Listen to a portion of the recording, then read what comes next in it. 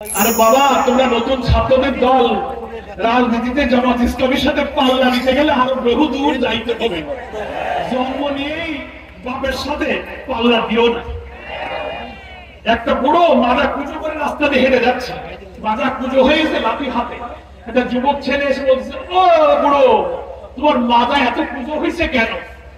তা উনি মাথাটা সোজা করে বলতেছে, বাবা এই পর্যন্ত আসো, এই পর্যন্ত আসো, মাজা কেন কুচো হয়? জামাত ইসলামী সংস্কার চায় না, জামাত ইসলামী নতুন সংবিধান সংগ্রহ করে ভূমিকা রাখেনি। ঐক্যমত্য কমিশনে লিখিত ভাবে ৬টি সংস্কার কমিশনে আমরাই পূর্ণাঙ্গ রিপোর্ট দিয়েছি, অথচ নতুন গঠিত ছাত্রদেরকে দলের নেতা দুঃখজনক স্ট্যাটাস দিয়ে এই সমালোচনা করেছেন। ওনারা চাচ্ছেন যে আমরা ওনাদেরকে সমালোচনা করি, কেউ তো ওনাদের নাম নেয় না। তো জামাতের মতো বড় দলে দুটো কথা বললে যদি আমাদের নাম মুখে দুই একটা নেয়, আমরা আপনাদেরকে অত আমলে নিই না।